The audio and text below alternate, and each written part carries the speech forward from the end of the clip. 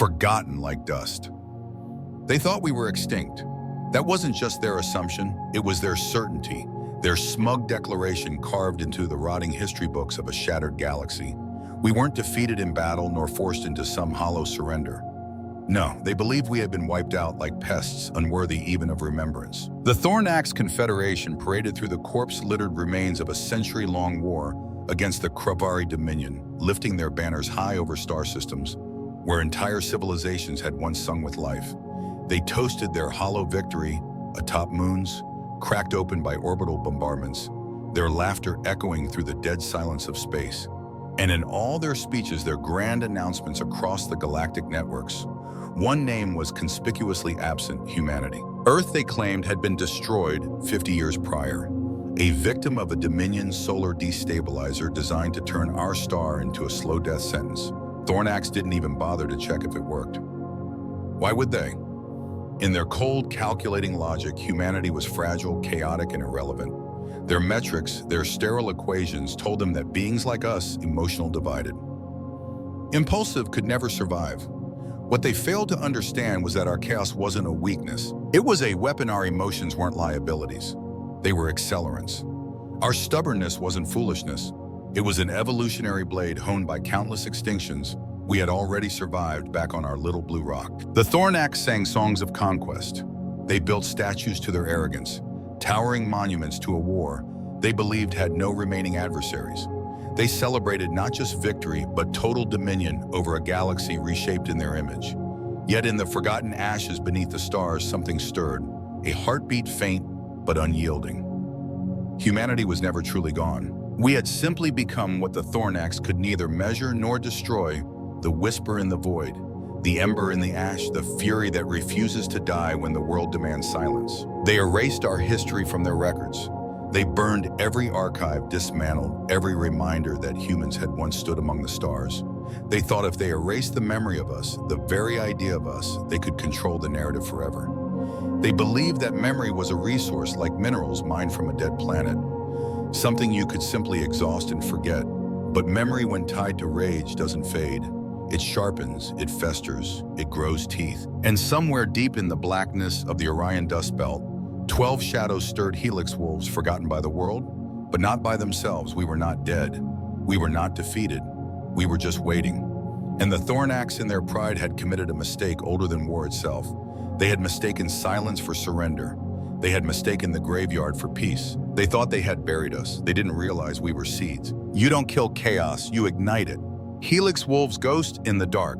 I am Captain Aaron Salas, last of the Helix Wolves.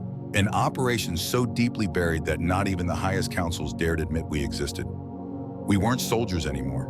We were relics, phantoms of a war. Nobody remembered when Earth fell, or so they claimed. We weren't there to die with it. We were running missions in the dead zones, scavenging intelligence. No one cared to gather anymore, slipping between the dying stars where even Dominion patrols refused to go. We saw it happen, the slow, brutal wave of annihilation stretching across the galaxy, erasing resistance in a cold tide. And when the last stronghold's beacon flickered out, we went silent. Buried in the skeletal remains of an abandoned Kravari mining outpost deep in the Orion dust belt, we waited. Time blurred into numbness. Supplies dwindled. Communications faded. Names disappeared one by one from the relay nets. And yet the 12 of us endured, stubborn ghosts, shackled to a past no one acknowledged anymore. We became something the Thornax could never understand: desperation sharpened into an art form, rage refined into a survival instinct that didn't need armies or banners or hope to breathe. At first, the broadcasts we intercepted were nothing but noise boasts of conquest, lists of enslaved systems, drunken celebrations of dominance. Thornax victory speeches flowed like poison across the stars, thick with the kind of arrogance only empires on the verge of collapse ever truly possess. We might have stayed hidden. We might have rotted there in that forgotten tomb, waiting for time itself to consume us. But then they mocked us. They laughed about Earth, about the ugly little mammals who couldn't even defend their own planet, about how humanity's end wasn't even worthy of a monument. And something broke inside us, something primal and unstoppable. We didn't plan revenge. We became revenge, not out of strategy, but instinct. They needed a reminder, not of who we were, but of what they should have feared all along. 12 operatives, each barely clinging to life, each a scarred echo of a soldier once proud. We had no fleets, no command structures, no orders, just hunger, just rage, just the unbreakable truth that if the galaxy insisted on forgetting humanity, we would carve our memory into its bones. We knew how they thought. Thornax saw war as grand glorious, a symphony of dominance and overwhelming strength. But humanity had invented guerrilla warfare. We'd won wars not through strength, but through madness, through the refusal to break the willingness to bleed longer and harder than anyone thought possible. The Thornax had forgotten that lesson. It was time to teach it again. We started small minor interference. A stolen relay here, a sabotaged courier ship there. Whispered rumors of phantom tech left behind by the Krivari. They laughed it off at first, declared it mechanical error. Systematic glitches. Denial was their comfort blanket. It wouldn't save them. Because we weren't trying to win.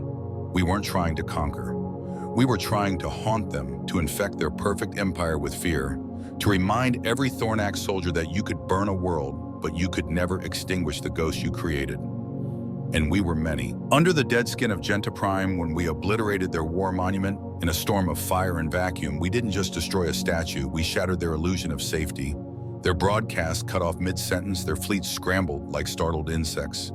Their generals argued in secret channels, blaming one another. And across the stars, for the first time in half a century, the Thornax whispered a name they thought they had erased forever. Humans, no longer an extinct footnote, no longer a myth.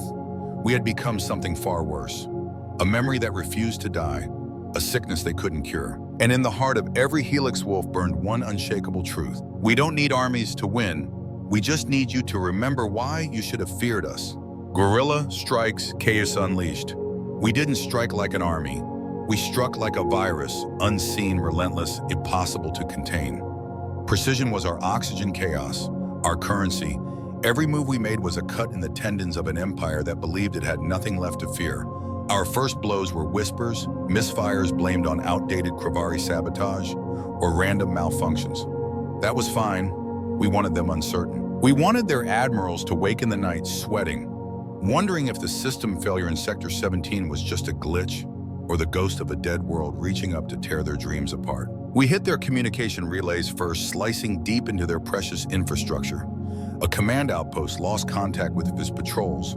A civilian Freyrider convoy vanished between Vega gates. Hijacked scuttled every trace of its existence. Burned, they still didn't dare say our name. To admit we lived was to admit they had failed. Their arrogance kept them blind, and we wrapped that blindness around them like a noose. It escalated fast.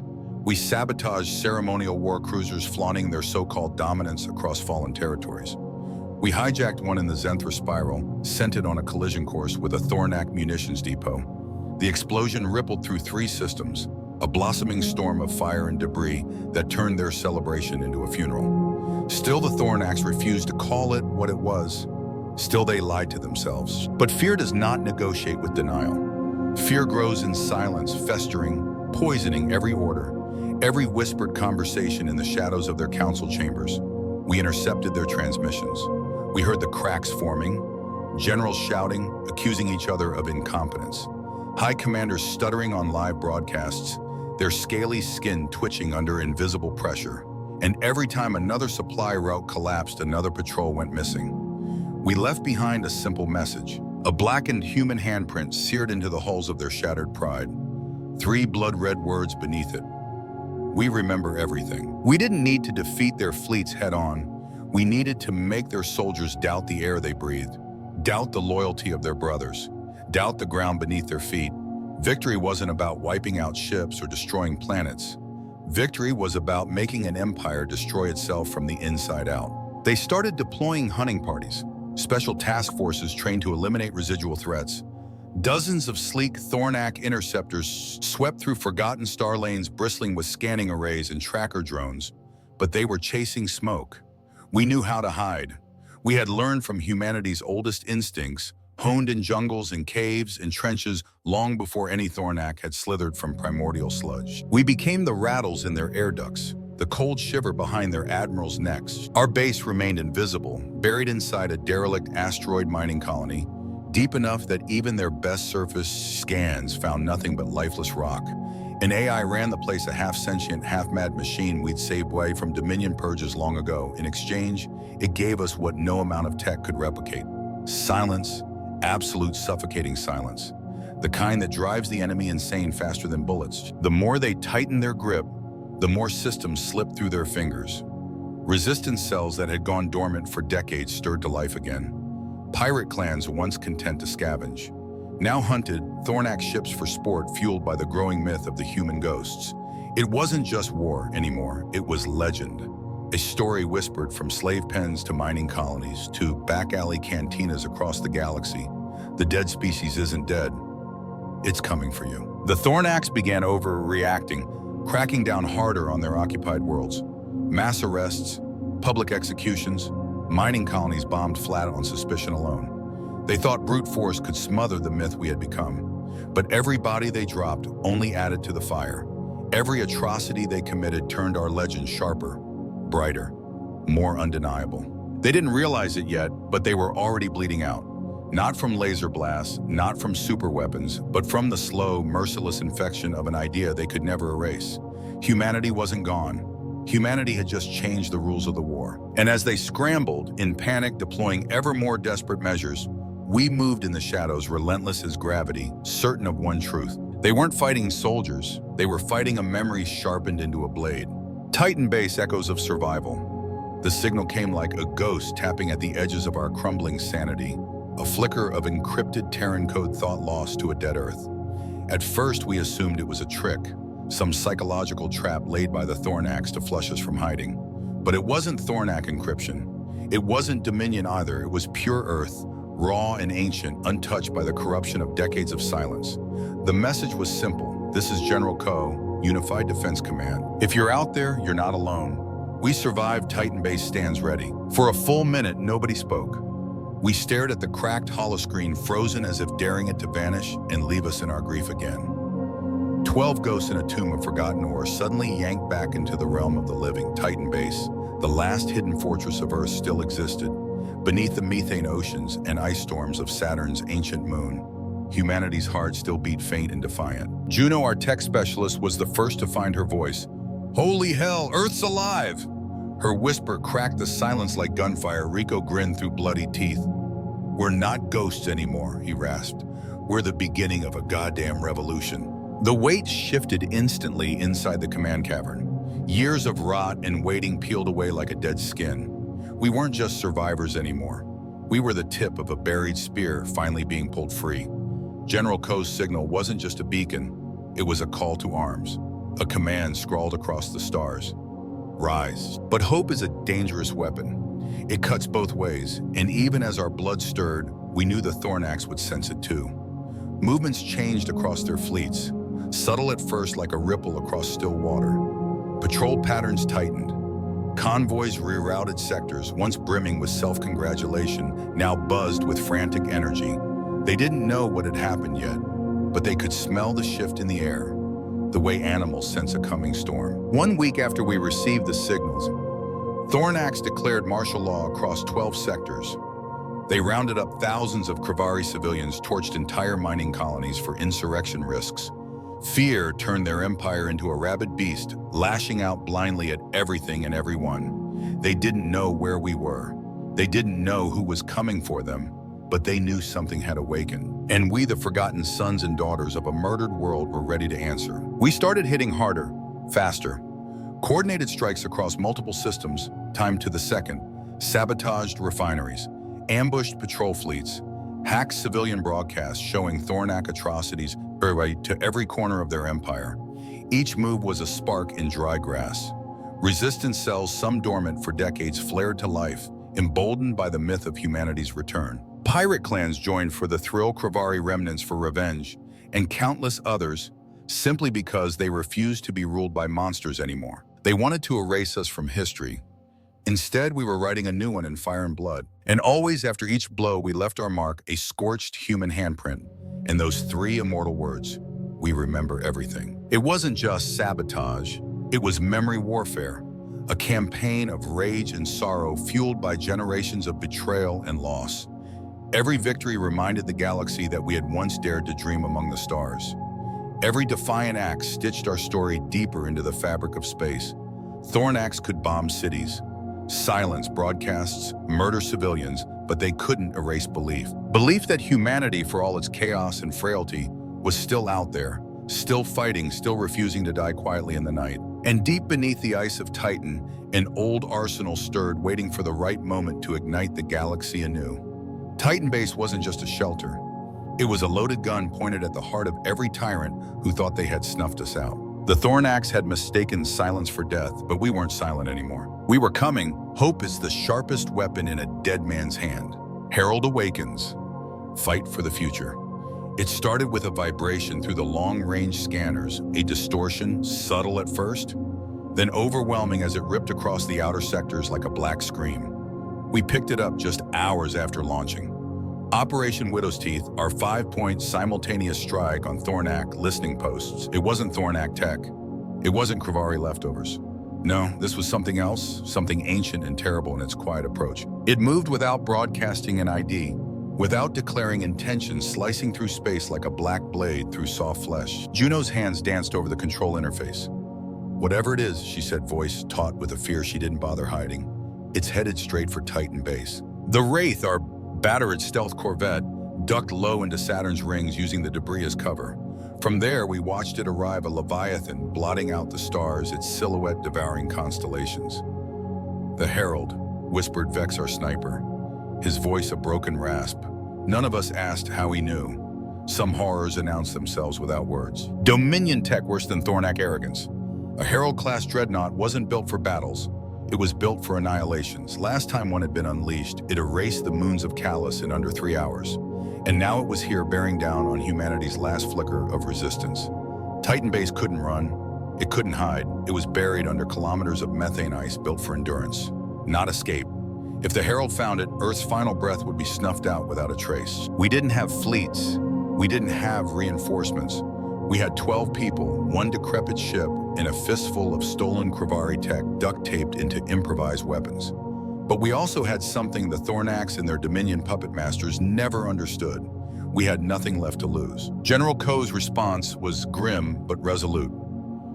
We need 6 hours, he said, his image crackling through encrypted channels. 6 hours to reawaken the fleet buried beneath Titan's ice. 6 hours against a dreadnought the size of a small city, with no support, no cavalry, no hope except the feral, exhausted stubbornness that had kept us alive this long. I didn't need to ask my team if they were ready. They were already strapping in, already calibrating weapon systems, already muttering prayers and curses to whatever gods might still be listening. Our plan was insanity wrapped in desperation. Juno cobbled together an EMP torpedo from salvaged Krivari ordnance, barely stable, barely functional. But if we could blind the Herald's long-range sensors even for a few minutes, we might slip beneath its shields. We might hit it where it hurt before it realized we were even there. We launched, low skimming just above the ring's debris, flashing around us like silver shrapnel. The torpedo hit mercifully, and for 3 minutes the stars went dark in the Herald's scanners.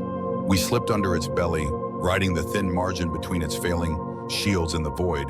Rico and I dropped onto its hull with magnetic boots, plasma cutters, screaming in the silence as we carved into the Titan's underbelly. Inside the ship was Dominion perfection, cold, sterile corridors humming with malevolent energy. We planted charges at every critical vent power relay and shield capacitor we could reach, but they found us before we finished. Dominion enforcers, tall bone white, armored nightmares with obsidian eyes and fingers like blades, descended without warning, without mercy. Rico went down first, skewered through the gut before he even squeezed his trigger. I hauled him behind cover, blood soaking my gloves. No time to mourn, no time to think. Detonated the first charge, collapsing an entire corridor onto 3 enforcers. "Get out!" Juno screamed through the comms, interceptors launching, windows closing. We moved like dying men possessed. Breathing was optional, survival was a theory, but the plan wasn't just to survive. The plan was to buy Titan time. The Herald's main battery, the planet breaker gun designed to erase worlds, was already powering up, aiming straight for Saturn's icy moon. Now, I screamed. Juno triggered the charges. Half the dreadnought's lower systems went black. The planet breaker fizzled, coughing sparks into space from Titan Base's buried chambers. A miracle-answered ships, dozens of ancient Terran cruisers, bombers, and fighters, forgotten relics. From humanity's last stand erupted through the ice, like angry gods awoken from slumber. Rust streaked their hulls, engines screamed with age, but they were alive, and they were ours. Fleet online, Juno gasped, half laughing, half crying over the comms. Shields up, weapons hot. But the Herald wasn't dead. It was wounded, enraged, dangerous, and as Earth's reborn fleet swarmed around it, we could feel the gravitational pull of history dragging us into the crucible. The Dominion had returned to finish what they started, and we were standing between them and humanity's last hope with nothing but grit, guns and memories sharpened into knives. As I loaded my last magazine, heart hammering in my ears, I whispered the only words that mattered anymore. If this is the end, let's make them remember who lit the stars on fire. The architects revealed themselves. Just when we thought we had turned the tide, when the battered remnants of Earth's fleet carved bleeding scars across the Herald's monstrous hull, the real enemy made itself known. It came not with guns or fleets, but with a voice, a calm, cold voice that slid into every open frequency, unencrypted, smooth as oil across black water. We see you, children of Earth. You've made quite a mess. The fleet froze. No Thornak general spoke like that. No Dominion admiral by you wielded such surgical contempt across every surviving Terran channel. Even aboard the dying Herald, its transmission was the same, sterile, elegant, terrifying in its certainty. And then the screen flickered, revealing a figure that wasn't. Thornak wasn't Dominion, wasn't even recognizably alien. Humanoid in shape, but wrong in every detail. Skin like polished bone, eyes like pools of milk, no hair. No emotion, just overwhelming presence. No insignia, no fleet markings, no empire. Just inevitability. Rico, bloodied and barely holding consciousness, hissed through clenched teeth. What the hell is that?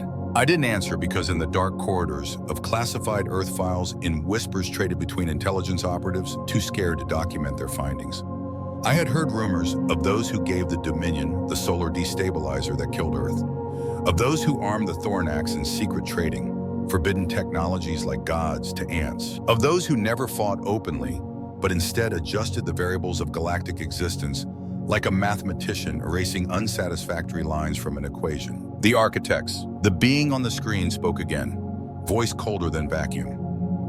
You were not meant to survive. Your extinction was planned, calculated, necessary, balance must be restored. And then it vanished as suddenly as it appeared. No threats, no coordinates, just a simple, horrific fact delivered without passion. We were a mistake that needed correction. The battlefield shifted instantly. Every Thornak ship fell silent. Every Dominion vessel ceased fire. Across 12 sectors, systems reported gravitational anomalies, time distortions, sensor blackouts. Planets blinked out of existence, not destroyed, simply removed, as if memory itself had been scrubbed clean. No explosions, no invasions, just erasure. We're not fighting a species, Juno said, her voice shaking with the realization. We're fighting something else, something that rewrites reality like code. And she was right. They weren't here to conquer, they were here to delete, not just our bodies, but our history, our meaning, our very existence stitched into the fabric of time. General Ko came through the comms, voice lower and heavier than I'd ever heard. They're real, he said. Black file data confirms it. The architects, ancient beyond biology, beyond technology, they're the hand that holds the hammer. Thornaks were just a tool. Everything made horrifying sense. The Thornaks, the Dominion Earth's destruction. It wasn't random conquest, it was by design. A culling orchestrated by invisible masters who decided who deserved to exist and who deserved to be forgotten. And now, because we had refused to die quietly, because we had dared to scream into the silence they were coming for us personally, there was no negotiating with forces like that. No terms to be agreed upon, no mercy to be begged. Only one truth remained. They didn't want to kill humanity. They wanted to erase the idea of humanity. And now, as the architects shifted reality itself against us, we faced a choice no species should ever have to make: submit to oblivion or fight a war that defied the laws of the universe itself. We didn't hesitate, because even if they erased our bodies, even if they silenced our systems, even if they made our worlds disappear without a trace, there was one thing they could never delete fast enough: a memory. And memory was about to become our deadliest weapon. Prometheus Zero, humanity's forbidden arsenal. When survival becomes impossible, invention becomes inevitable. That was the truth burned into the bones of humanity when the architects began erasing planets, fleets, and even memories themselves. We knew conventional warfare was suicide. We weren't fighting armies anymore. We were fighting reality itself. We needed something more ancient than hope, more savage than tactics. We needed Prometheus Zero. Buried deep beneath Antarctica, locked away before the first Thornak cruiser ever darkened the stars. Prometheus Zero was Earth's last secret, a quantum AI designed not to defend nations or win wars, but to prevent extinction. A machine built to think beyond ethics, beyond diplomacy, beyond the constraints that made humanity vulnerable to annihilation. And it had been sleeping, waiting for the moment humanity stood at the precipice of non-existence. Wraith's battered engines howled as we descended through Earth's broken orbit. Scarred continents rolled beneath us, blackened by Dominion bombardments, yet stubbornly alive. It was a planet that refused to die, mirroring the souls of those who now returned to it. We found the vault buried deep under sheets of steel and ice. The descent was a tunnel of frozen silence, flickering lights guiding us down like pale ghosts. At its heart, in a cathedral of frost and wire, we met it. Not a screen, not a hologram, a black cube humming with a pulse that felt eerily alive. Juno initiated contact, voice barely above a whisper. Prometheus, humanity requests audience. The cube shuddered. A melodic tone filled the chamber like the birth of a star from darkness. A voice spoke clear, ageless, undeniably human. You have returned, state extinction, probability. I stepped forward. Active enemy is non-physical. Rewriting memory systems, existence is self. Estimated survival of window 32 standard days. Active population in 53 million. A pause heavy enough to crush mountains. Then the response, acknowledged, initiating last protocol warning, solution may exceed ethical limitations. We passed that line long ago, I said grimly. The cube shifted, transforming before our eyes. Layers peeled back, revealing schematics, too vast, too terrible to have ever been allowed to exist. Ancient, forbidden weapons, neurocognitive warfare programs, memory anchoring devices, concepts banned even before the Dominion's first campaigns. At the center of it all stood Project Lazarus, a memory weapon, Juno whispered, reading the data streams flashing across her pad. It doesn't destroy, it burns memory into space-time itself permanently. Prometheus explained in that serene voice, devoid of mercy, pain is the strongest memory. Vector's Project Lazarus will anchor humanity's existence into quantum reality through irreducible grief. Even if the enemy erases systems, structures, or biology, the memory imprint will persist across multiple layers of existence. It was horrific, brilliant, terrifying, beautiful. Instead of fighting the architect's deletions with force, we would counter by etching ourselves into the universe through suffering so profound it could not be unwritten. Every loss would become a monument, every death a declaration, every scream an act of resistance carved into the bones of reality itself. We activated Lazarus. Across Earth's battered orbit, rebel fleets, Terran Kravari, even rogue Thornak exiles rallied. Our ships patched together with stolen tech, and shattered dreams were armed not just with missiles and railguns, but with memory anchors, each shell embedded with fragments of who we were, what we had lost, what we refused to surrender. As the architects descended, figures of pure light bending gravity and thought alike, we prepared to fight a war not for territory but for existence itself. They would try to silence us, to erase us with a single thought. But every impact, every scream, every sacrifice would echo louder, stronger beyond their reach. And if the universe remembered us in agony and defiance, then so be it. Better to burn in the stars forever than to fade quietly into a lie. They came to erase us. We came to become unforgettable. The memory war fighting erasure. The first shots of the memory war were not fired by cannons or railguns. They were fired by grief across Earth's broken orbit. Our fleet ignited the void with 1,000 scars of agony. Each blast, not simply an attack, but a scream burned into space-time. The architects descended, shimmering silhouettes of impossible light, unbound by physics. Their mere presence causing ships to shudder and systems to fail where they moved memory-bent. Soldiers dropped to their knees, clutching their heads, weeping not from pain, but from the terror of forgetting their own names, their mothers, their homes. But Lazarus was active now. Each Terran shell, each Kravari torpedo, each Thornak missile was laced with memory anchors. The architects could erase a ship from existence, but the memory of that ship, the grief of its destruction, would ricochet into the stars, spreading like wildfire through every hidden relay, every encoded artifact we had buried across 100 systems. They struck.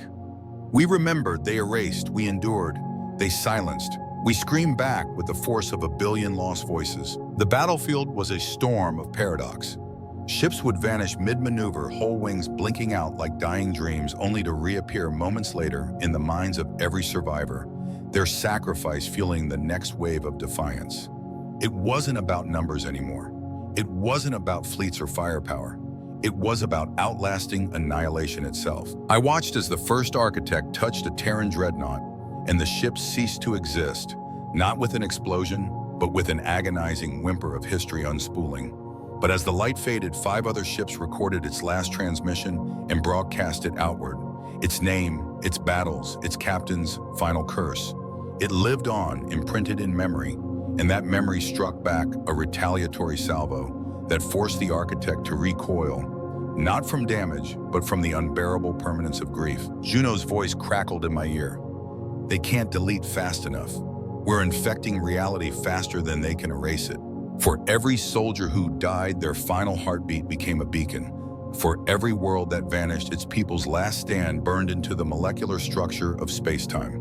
Lazarus didn't just resist erasure, it weaponized it. Every attempt the architects made to cleanse the battlefield only made our presence stronger, more entrenched, more impossible to deny. They adapted, of course. Their attacks became more focused, more violent. Whole sectors collapsed into silence. The weight of erasure too much even for Lazarus to counter. But even then, fragments endured. Like stubborn scars, like phantom limbs that refused to disappear. Humanity had found the ultimate resistance, not in force, but in remembrance. We fought like animals with nothing left but teeth and memory. Ships dove into the architect formations, exploding, not to destroy them, but to embed stories into their perfect, sterile existence. Names, faces, heartbreaks. All of it hammered into the lattice of the universe with every suicidal charge. And the architects, for all their omnipotence, for all their mastery of physics and memory, began to falter. We heard it in their transmissions, once clinical, now laced with static, and something disturbingly close to fear. They hadn't anticipated this. They understood matter. They understood energy, but they didn't understand grief. They didn't understand that memory, once weaponized through pain, was no longer a logical sequence to be deleted. It was chaos incarnate, and chaos remembers. Vex, wounded but still fighting, laughed through bloody teeth as another Terran cruiser exploded in a blaze of Lazarus-etched vengeance. They thought erasure was silence. He coughed. They forgot that grief screams louder than any gun. Every death we suffered carved our story deeper into the stars. Every loss shouted a defiance that even the architect's godlike power could not smother. We were no longer fighting to win. We were fighting to become impossible to erase. And the universe itself was beginning to remember us. They tried to silence our existence. We turned every scream into a monument they can never tear down. Face to face with architects. Memory versus annihilation. The largest of them descended onto Earth's broken soil, a figure of living light so vast it seemed to bend the planet's atmosphere itself. It walked on nothing, casting no shadow, needing no weapon. Its voice rippled across the battlefield like a gravity well, pulling at the edges of thought itself. Where it moved, soldiers forgot their names. Pilots forgot their missions. Whole battalions dropped into silence, paralyzed by the unraveling of identity. I stood in the crater of what had once been a city, my armor scorched, my rifle near, useless against something that wasn't truly matter. All around me, memories peeled away from reality, like ash in a solar flare. And yet somehow, through the drowning tide of erasure, I remembered. Not facts, not dates, faces, laughter, blood loss. The architect loomed over me, a god wearing the shape of inevitability. It spoke not with words, but with certainty, searing itself directly into my mind. You are flawed, chaotic. You should not exist. I clenched my jaw, blood running from my ears, vision swimming. My answer was simple. I raised the core of Lazarus, the last device built from the blueprints of Prometheus Zero, a compact, seething sphere of memory anchors designed not to kill, but to brand, to tattoo humanity's existence into the bones of reality itself. You tried to erase us, I snarled, voice ragged but defiant. Now we will make the stars remember us forever. I triggered the core. A pulse of white fire exploded outward, not burning flesh, but burning memory into space-time. with a ferocity that even the architects had never encountered. Around me, I felt it. Juno's first battlefield victory, Rico's mother holding his hand on Earth's last day, Vex's brother dying under Dominion, Fire, the fall of Earth, the rebellion, every scream, every loss, every ounce of stubborn, furious life. Humanity had ever clung to it all, surged forward unstoppable, undeniable. The architects staggered. For the first time it screamed not in sound, but in the warping of gravity, the shredding of dimensions around it. What is this? It demanded not in authority, but in fear. It's being human, I said. And the architect broke, not in flames, not in explosions. It shattered from within, unraveling, as the unbearable weight of human memory tore it apart piece by piece. Every fragment of its form was infused with the stories it had tried to erase, locked eternally into the fabric of the universe. It didn't die. It was condemned to remember us forever. The others fled, not defeated by force, but by something far more terrifying to them. An existence they could not delete, a chaos they could not cleanse. Above the Terran fleet, battered and bloodied, roared in defiance. Krivari rebels howled their battle cries. Even Thornak defectors raised weapons in salute.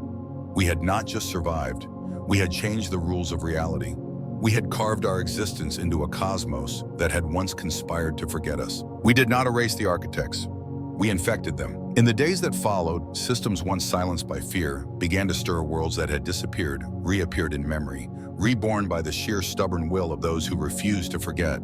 Across every sector, monuments rose not to victories, not to generals, but to persistence, to the memory that refused to die. On Earth, battered and bleeding, but still spinning in the void, we laid down our weapons, not because the war was over, but because we had already won the only war that mattered. We had made sure that no matter what came next, no matter how many eons passed, humanity would never be erased again. We were the scars carved into the bones of the universe. We were the whisper in the dark that would outlive the stars themselves. We were memory made immortal through pain, through defiance, through love so fierce it could not be quantified. And as I stood beneath the scarred skies of the world that birthed us, I knew with a certainty that no architect, no dominion, no empire could ever erase. We don't endure because we are perfect.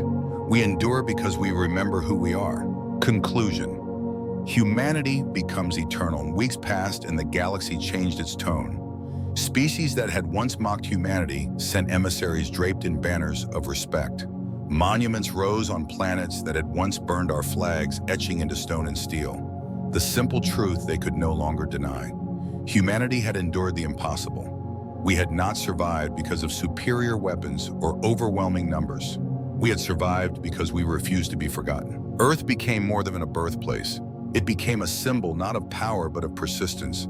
A cracked, scarred world spinning defiantly against a universe that had tried to unwrite its name. Titan Base returned to silence, its purpose fulfilled, its great engines of memory folded back into sleep.